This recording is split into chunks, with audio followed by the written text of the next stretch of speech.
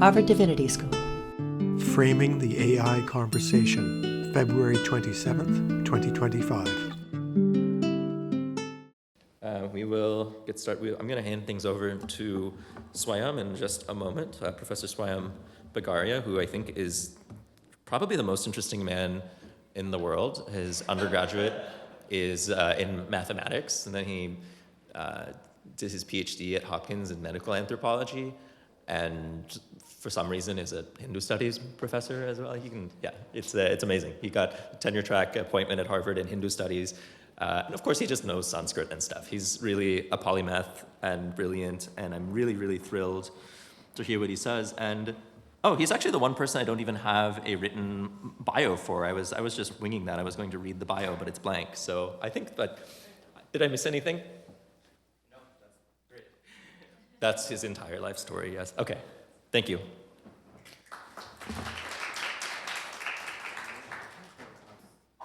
Good morning, everybody.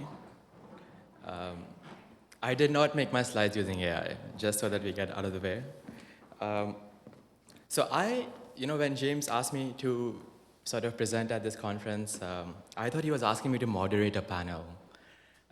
10 days ago, he said, "Oh, you have to give a talk." Then I realized, well, I don't have that much to say. Then I had a third whiplash when he's like, "Oh, but you can frame the conversation." Then I'm like, "Yes, I can frame. That's what I can do." And then this morning, I realized that he basically used ChatGPT-O to sort of essentially say the things that I wanted to say as part of my talk.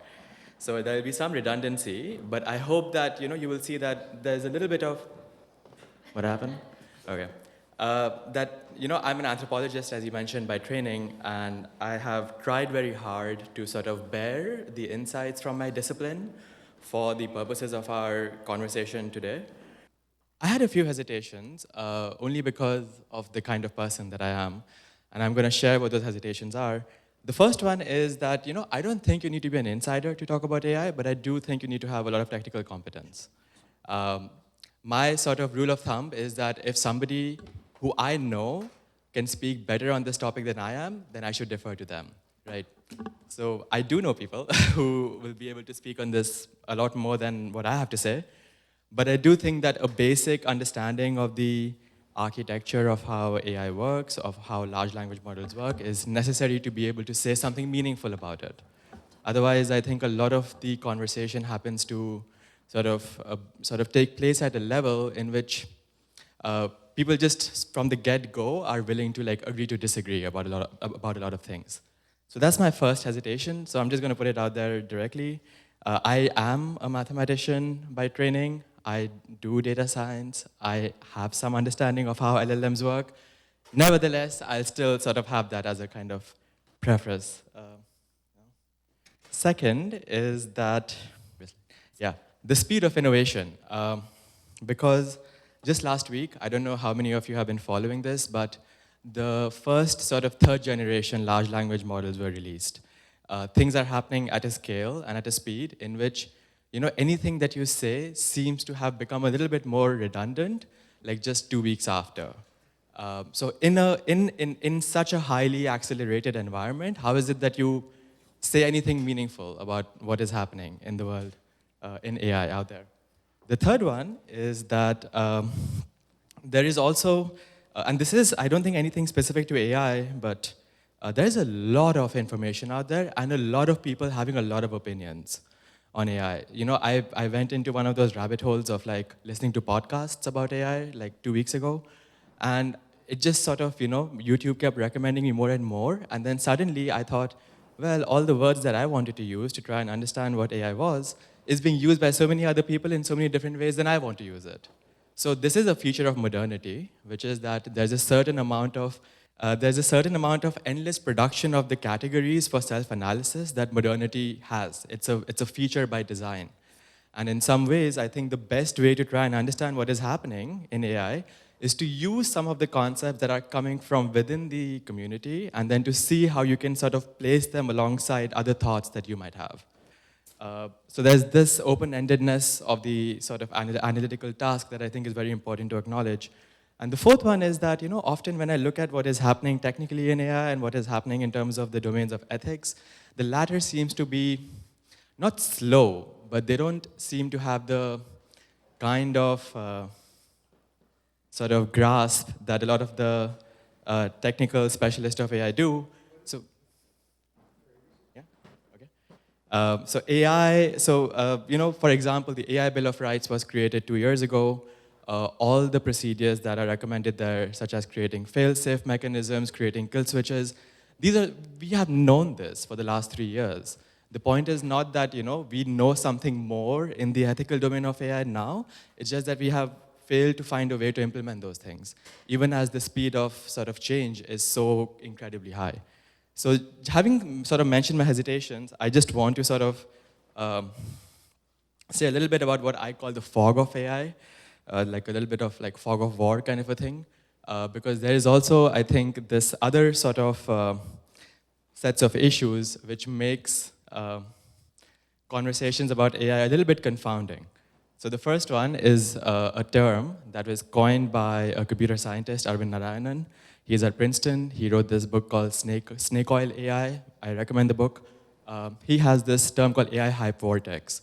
And by that, he means something very, very simple. He means that often we tend to classify highly disparate things under the umbrella of AI, which if we just disaggregated, we would know that these things are not the same.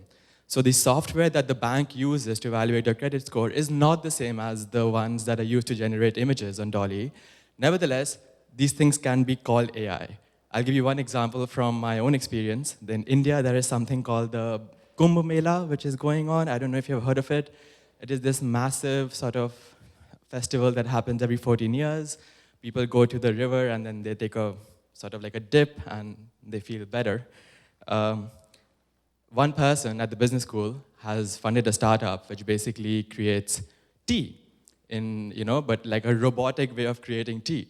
But that is being considered AI in India, which is like, no, it's not AI, right?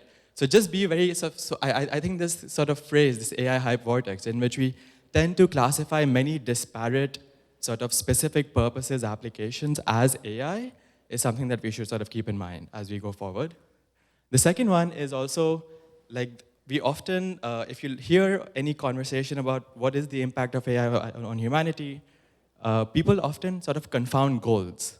So just one example, if you ask somebody, well, what will be the impact of AGI? They might often say things like, well, it will lead to the curing of so many diseases, sort of so many drugs will be discovered, it will make drug discovery very easy. Those are specific applications of AI. So there are narrow agents, which is again a term which was coined by this professor at UPenn called Ethan Mollick, who is a very big sort of supporter of like co-assistance, AI co-assistance. And he said, we have to at some point distinguish between what is a narrow agent AI and what is AGI.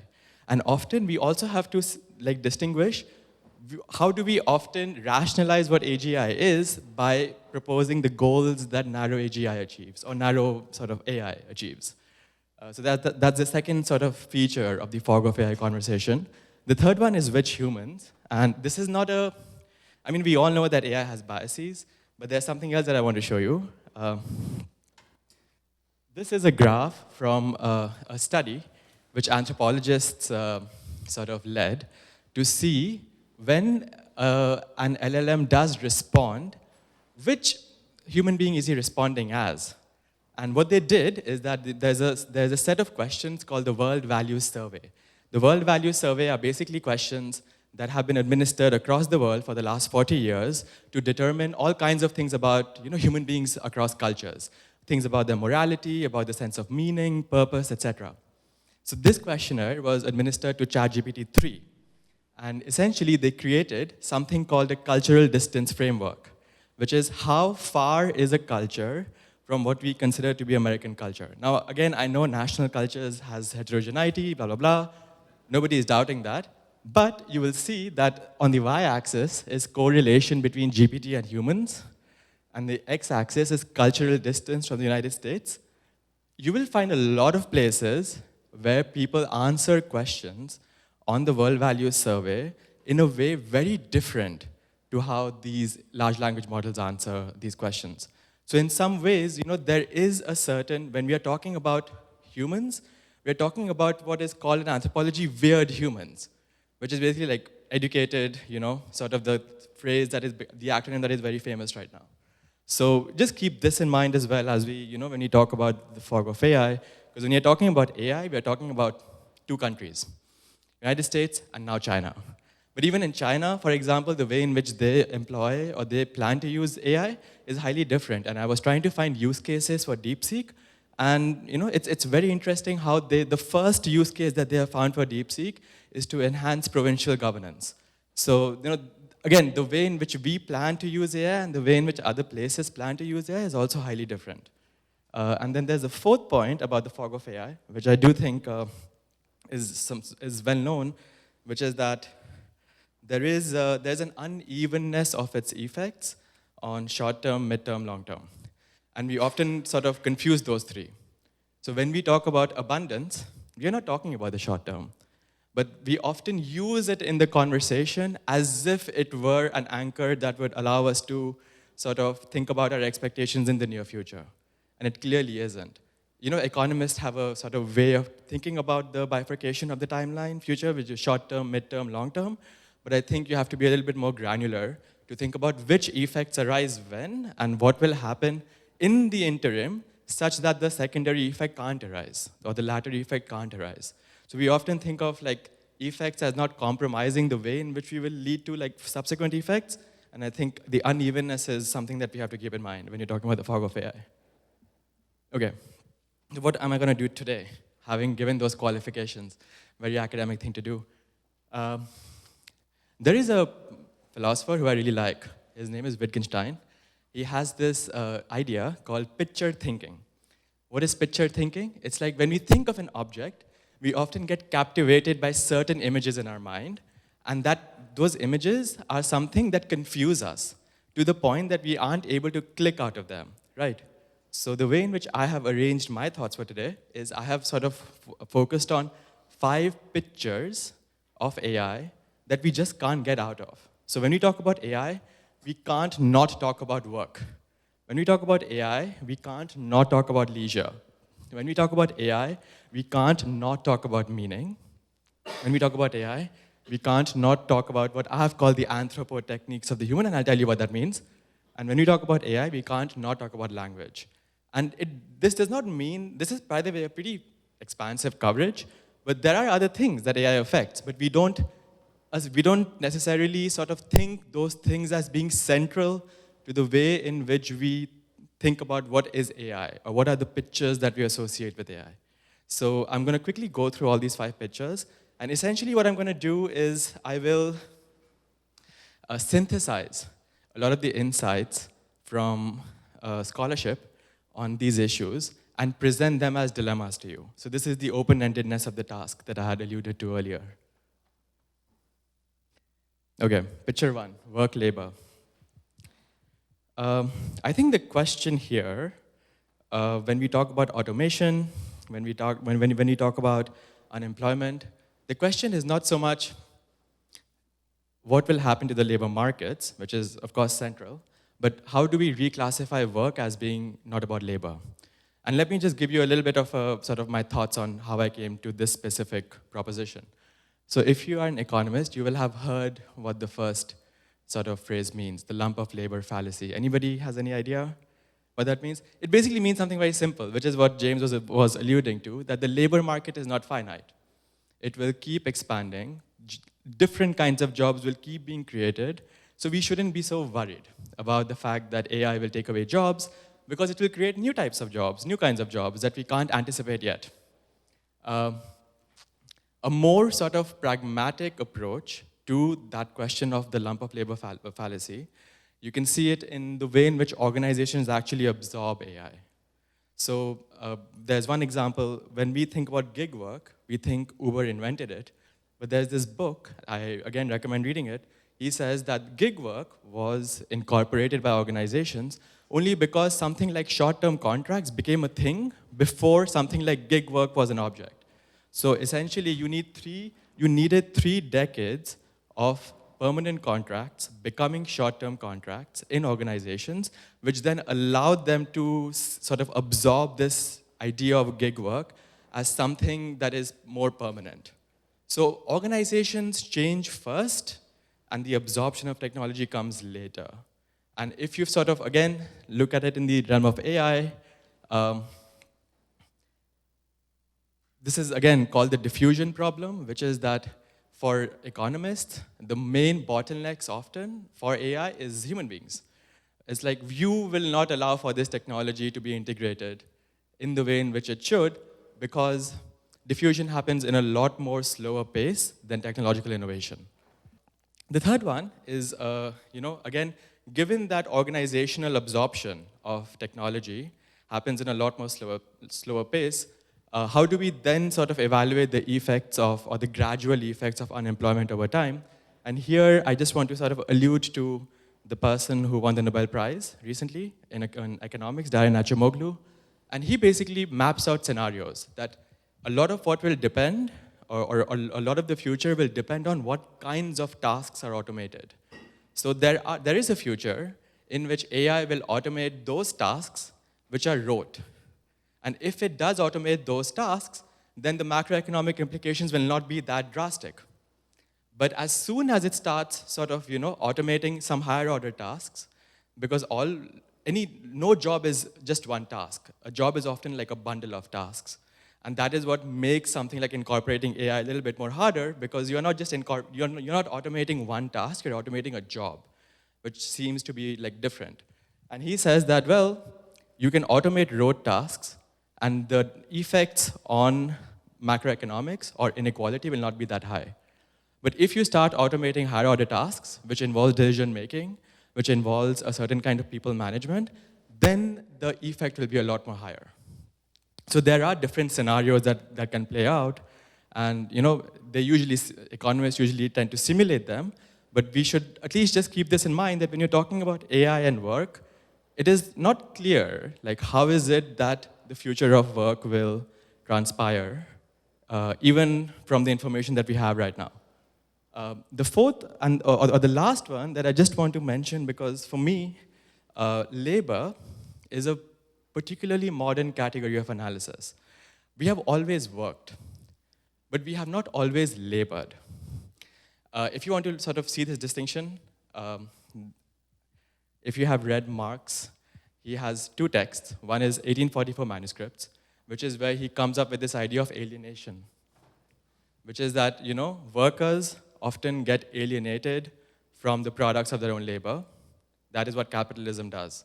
This is where he has a certain idealized image of labor, in which we are homo faber. That is the term that he comes up with. We, as human beings, are human beings who like to labor. But if you come to his latter part of his career, which is Grundrisse, or capital, he thinks of labor as just a category that reconfigures what we think of work. And the reconfiguration happens because capitalism starts to put a premium on labor power. So essentially, the question here is not when work gets automated, what kinds of work will be lost, but can we think about work as not being labor and sort of see it connected to certain different kinds of ends that we often associate with in capitalism. So that's the first sort of picture thinking that I want to sort of put across. This brings me to the question of leisure. Leisure is something, again, it's a great thing to sort of have or to anticipate. Very bad thing to have, because people often don't know what to do with themselves when they're not working. So, just again, I want to mention Keynes's very famous essay called The Economic Futures of Our Grandchildren, in which he anticipated that come 2030, we will have 15-hour work weeks. And what will we do otherwise? When we are not working, we will have leisure, right? And we will be like, I don't know, painting, cultivating hobbies, sort of fine-tuning the art of conversation. Who knows? The thing is that, and there's a lesson here, people often leave leisure unspecified. Like, they are not able to say what will replace the kinds of activities that you do if you're not working, which will intrinsically remain meaningful. And here, I want to just sort of show you one photo. This is, sorry. Oh, okay. This is the older version of the PowerPoint. No, don't worry about it. So have you, any of you know of what the superfluous man is? This is a character which became like a very, very typical portrait of a person in Russian literature. Turgenev, Pushkin, they all have some version of the superfluous man who basically they narrativize in their novels, short stories. This guy was somebody who was very wealthy, had very rich parents, and essentially did not want to participate in working. So he would, gamble, drink, and essentially live a life of cynicism. So that is the superfluous man.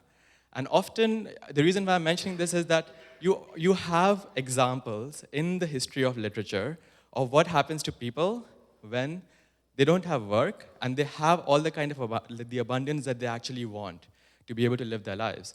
So what separates a cynical future of leisure from something that we actually enjoy is not so clear to me. That's the second picture that I wanted to sort of emphasize. The other one is, this is something, again, the affluence without abundance. This is an essay written by an anthropologist called Marshall Salins, and he wrote this very famous essay called The Original Affluent Society. And his argument is that he draws on data on one specific tribe called the Kung, and he says, well, they are not abundant, but they're affluent.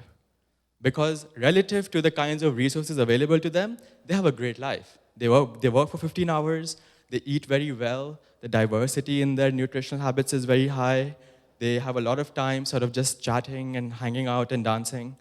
And he calls them affluent, but not abundant. And I think one thing that we can think about is, when you're thinking of leisure, when we have abundance, can we have affluence as well?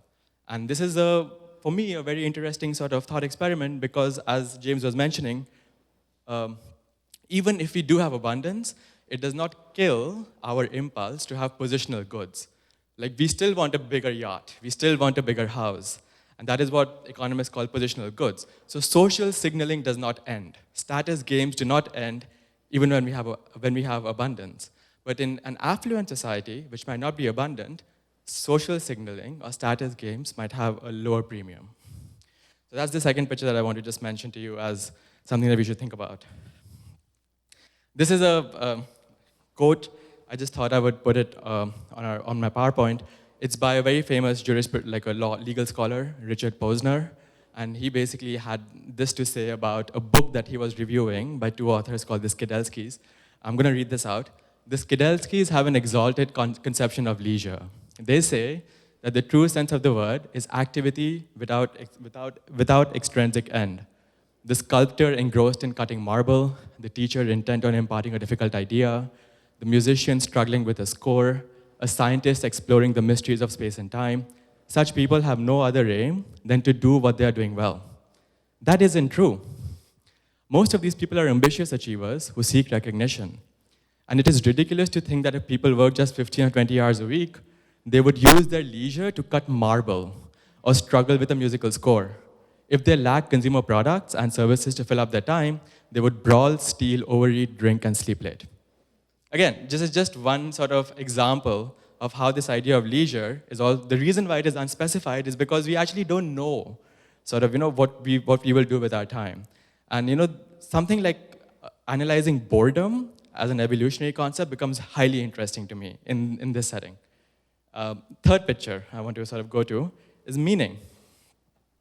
Now, as James said, we have spiritual poverty and material prosperity.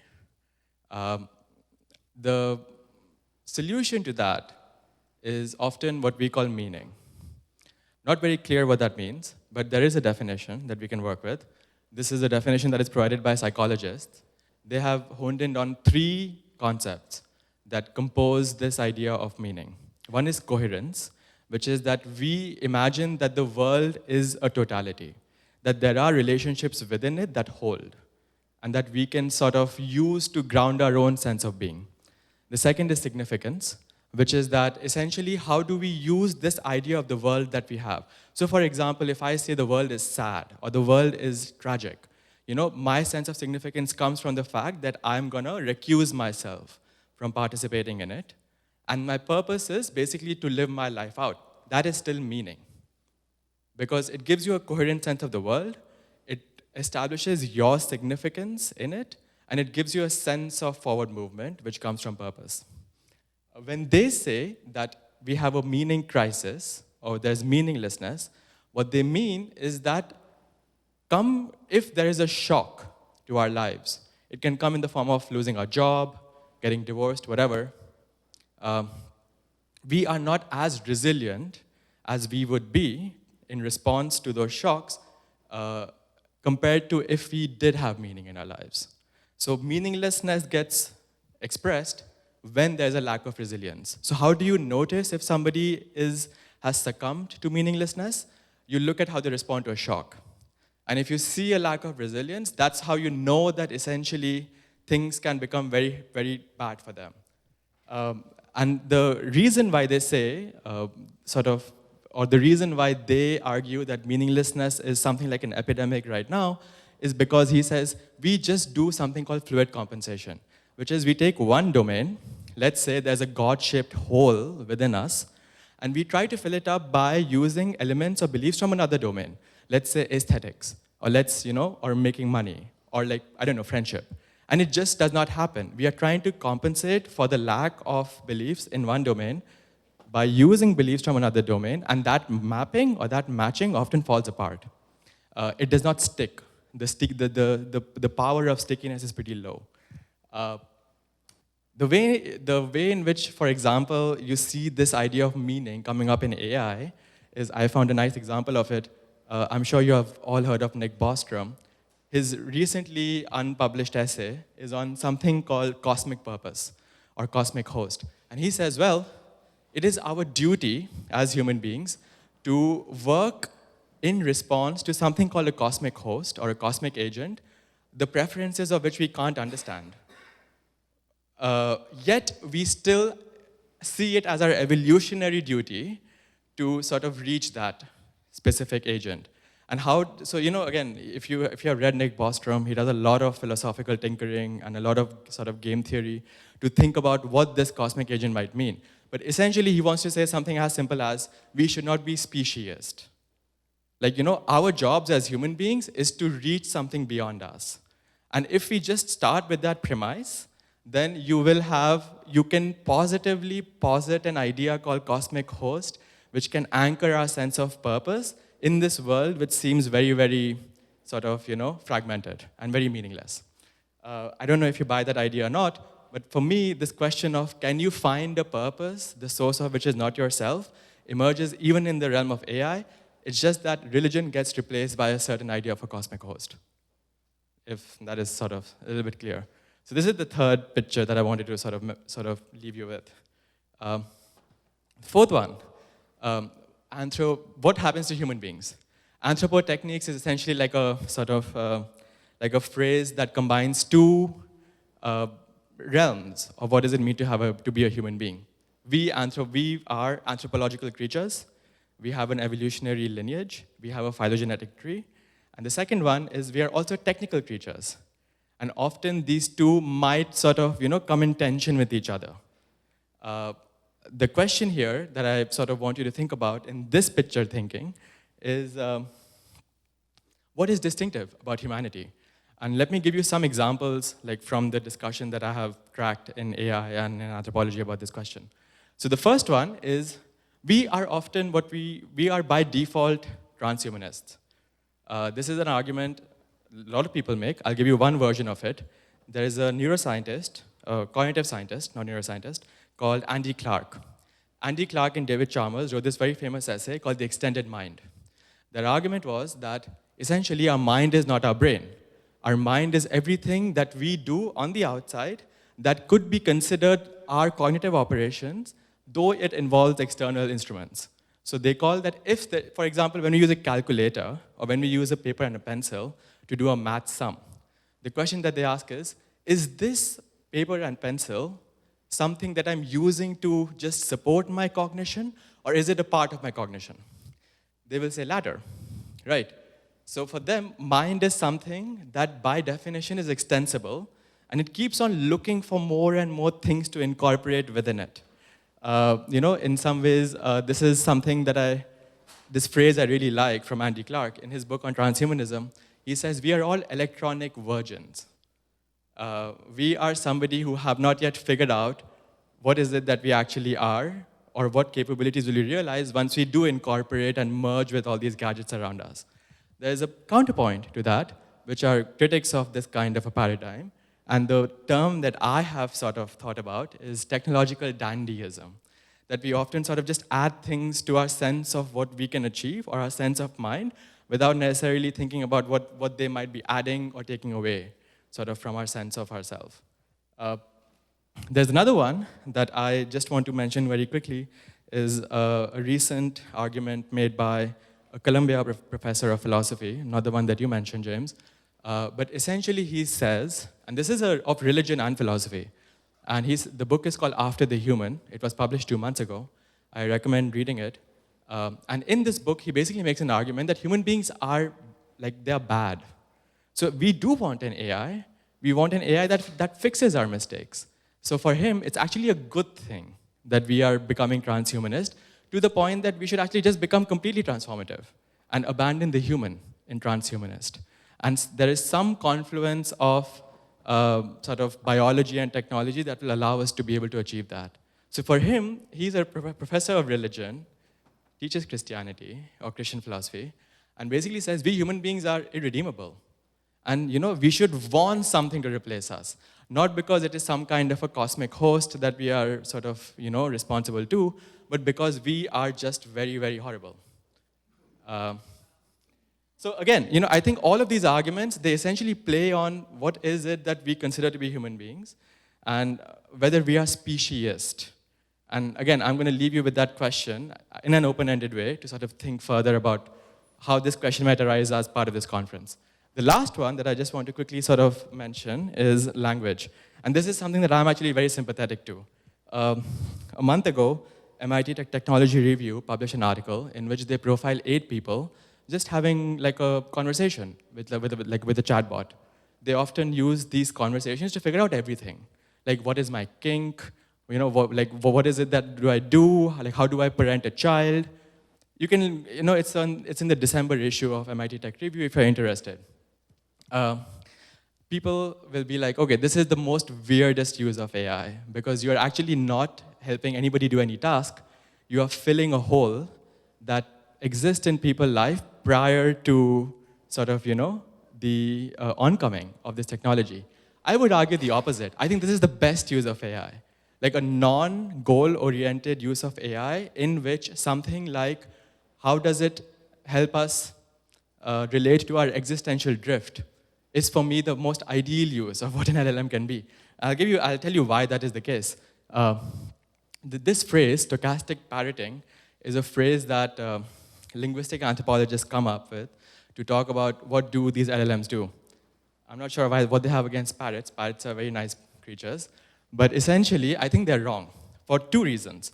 First, our language is very, very redundant. Our human discourse, we often use very repeated phrases.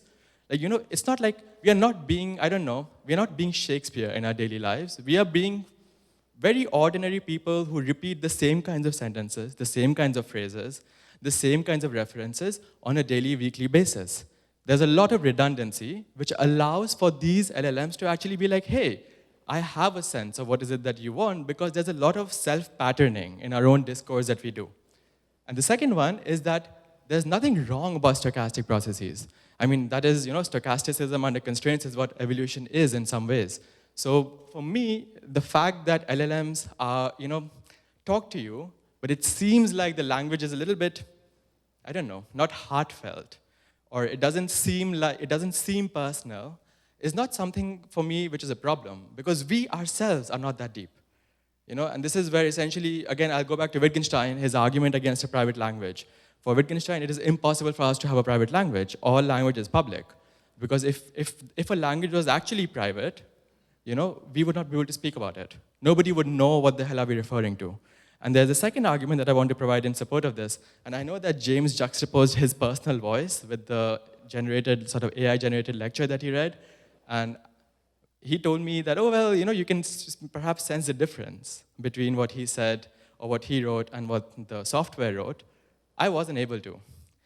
There is a difference. The difference is in orality, or the way in which voice intonates a certain text, as opposed to the content of the text itself. There's a second argument that I just want to give you in relation to this, is that there is a linguist called Roman Jakobson, and 60 years ago, he basically said that most of our conversation is not referential. Most of our conversation is what he called phatic. Phatic conversation is basically conversation that does not communicate any information, it just maintains social connections. Think about conferences. How many have you been to and you have realized you have learned nothing new? But you have reaffirmed that these are the people who think about these things in a particular way. And that is phatic communication.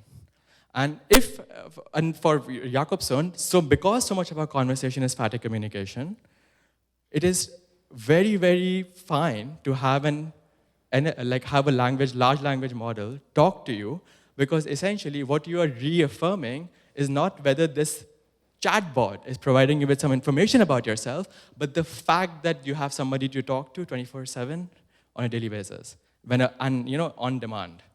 And I'm going to give you one quick example of this. I don't know if you have heard of ELIZA. It's a very famous thing. Weizenbaum created this model, the first chatbot in 1970s. And all ELIZA did was, it was supposed to be a therapist. You give me a question, I'm going to repeat the terms of your question to you as part of a further question. That's it. The technical term for it is called lexical entrainment, which is that I use the words that you provide me to make you feel as if you're heard. And guess, when he actually sort of disbursed this chatbot to his students, a lot of them felt heard. This is 1970s, which is, this is a chatbot trained on one technique, lexical entrainment. I think chatbots now are a lot more sort of, I would say, sophisticated. So, I do think that this is a use case which is often derided, but which I actually think is quite novel and quite needed in some ways. Okay, so those are my 5 pictures. And these are pictures, essentially, these are like 5 things that I hope you think more about as part of this 2-day conference. It is not to give you any answers. I do think that it is very hard, as I said, because of the fog of AI, it is very hard to give any specific answer to any specific question, philosophical or technical. And I'm going to sort of just end this with giving you a little bit of a counter-argument to my own argument, because I want to be like, maybe AI is not, we should perhaps think about culture a little bit more when we think about AI. And these are my version of the precautionary principles. The first one is, does AI actually augment us, or does it make it duds? We often sort of think of AI as, co-assistance, and it will help us do certain things. But maybe it just prevents us from doing the things that we should have done on our own. Norbert Wiener is the founder of cybernetics. He had this quote: "The world of the future will be an ever more demanding struggle against the limitations of our own intelligence." I'm going to show you the abstract of one paper that was published by UPenn a couple of months ago. This is the abstract. Not the abstract, but the title: "The Impact of Generative AI on Critical Thinking, Self-Reported Reductions in Cognitive Effort and Confidence Effects from a Survey of Knowledge Workers." Essentially, in this paper, they say, what AI does is not assist us, it just makes us very lazy. Now, so is something like large language models as part of organizations, is it just making us duds, or is it actually complementing us? I think that's an open question.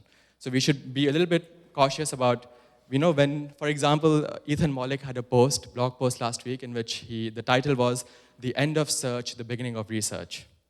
Right, and he was using the Gen 3 models to basically be like, hey, look at how much research can you do. He can do it, definitely. I'm not so sure if everybody else in the world does the same thing. Second precautionary principle: intelligence versus niche construction. Are we just intelligent people, or are we also something more? There's a paradox, Moravec's paradox, which was coined in 1980. This paradox basically was about something quite simple, which is that how is it that we can create code that can help us beat other people in chess, but we can't simulate the sensory motor movements of a 1-year-old baby? And in some ways, the sensory motor mediation of intelligence is as important to us human beings as just sort of linguistic generativity that you often see in large language models. And again, I'm not saying that other people are not working on this. Jan LeCun is working on something of this kind. He is the chief AI scientist at Meta. But I do think that we human beings, we are not intelligent, we are adaptive. And we do a lot of niche construction, which means that we modify the environment in which we find ourselves as often as we try and be intelligent. Perhaps the former is actually a lot more central function of what does it mean to be a human being. At least that's what my discipline, anthropology, would say. The third one is, okay, I think I'm going to run out of time, so I'm going to quickly go over these. Wisdom. Wisdom is not knowledge, and it's not information. Wisdom is essentially how the kind of definition that you find of wisdom right now in positive psychology is that it is a morally directed metacognition. So if there are 5 people in the room, they all have their own knowledge, but wisdom is essentially what kind of a coordinating mechanism can you find such that the knowledge of those 5 people can be expressed in the best possible aggregate whole. And I don't think that is so easy to do. We often need a different kind of thinking, perspectival thinking. We need participatory thinking, which is not just about intelligence, which is not just about cognitive knowledge or cognitive inclinations. The next one is culture. We all have fantasies about replacing our cultures wholesale. I think that's a bad idea. Culture has a lot of redundancies built into it. It is the reason why evolution is slow, the reason why adaptation is often long drawn out, is because we know that we will screw up. And somehow that acknowledgement is built, it's designed into the way in which culture functions. So, any kind of a project that wants to have this massive uptick sort of whole-scale replacement of it, I think is destroying a lot of the redundancies that are built into it. There's a lot of self-correction that happens as part of culture, through social learning, through niche construction, and we don't want to completely abandon those mechanisms that are built into it by design. The last one, I'm going to skip these two, pre-existing problems and post-hoc solutions. I think it is very, very good to remember that a lot of our problems that we have right now is pre-existing, and we often see AI to come and solve them for us. But we don't, it's like, I study mental health. I study sort of cognitive sciences of mental health. And it's like you're essentially treating the symptom and not the problem. And the sources of a lot of our problems is something else. So maybe, I think, addressing those sources might be as important as just finding one more novel solution to it. That's it. I don't have anything more. Thank you.